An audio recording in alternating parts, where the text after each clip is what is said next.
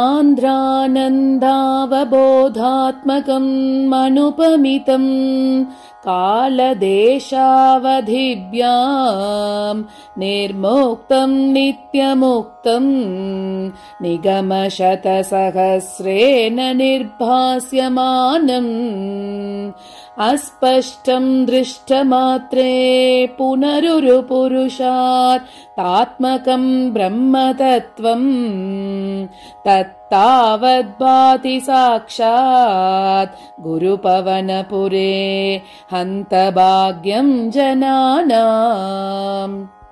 एवं दुर्लभ्यवस्तुन्यपि सुलभतया हस्तलब्धे यदन्यत् तन्वा वाचादिया वा भजति बत जनः क्षुद्रतैव स्फुटेयम्।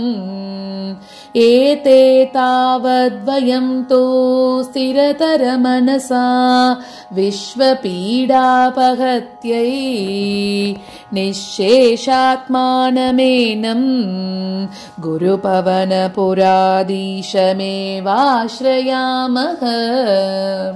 सत्वं यत्तत्पराभ्यामपरिकलनतो निर्मलं तेन तावद् भूतैर्भूतेन्द्रियैस्ते वपुरिति बहुशः श्रूयते व्यासवाक्यम्। तत्स्वच्छद्वाद्य तच्चादित परसुखचिद्गर्भनिर्भासरूपम् तस्मिन् धन्यारमन्ते श्रुतिमतिमधुरे सुग्रहे विग्रहे ते। निष्कम्पे नित्यपूर्णे निरवधि परमानन्द पीयूषरूपे निर्लीनानेकमुक्ता वलिसुभगतमे निर्मल ब्रह्म सिन्धौ। कल्लोलोलासतुल्यम् खलु विमलतरम् सत्त्वमाहोस्तदात्मा कस्मान्नो निष्कलस्त्वम् सकल इति वचः त्वत्कलास्वेव भूमन्। निर्व्यापारोऽपि निष्कारणमज भजसे यत्क्रियामीक्षणाख्याम् तेनैवोदेति लीना प्रकृतिरसति कल्पापि कल्पादिकाले।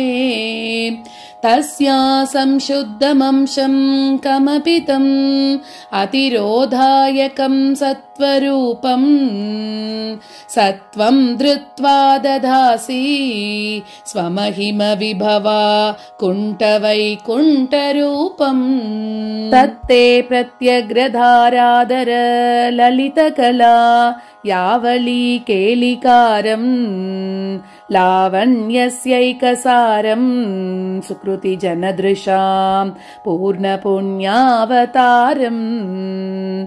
लक्ष्मी निःशङ्कलीला निलयनममृत स्यन्दसन्दोहमन्तः सिञ्चत् सञ्चिन्तकानां वपुरनुकलये मारुतागारणात्।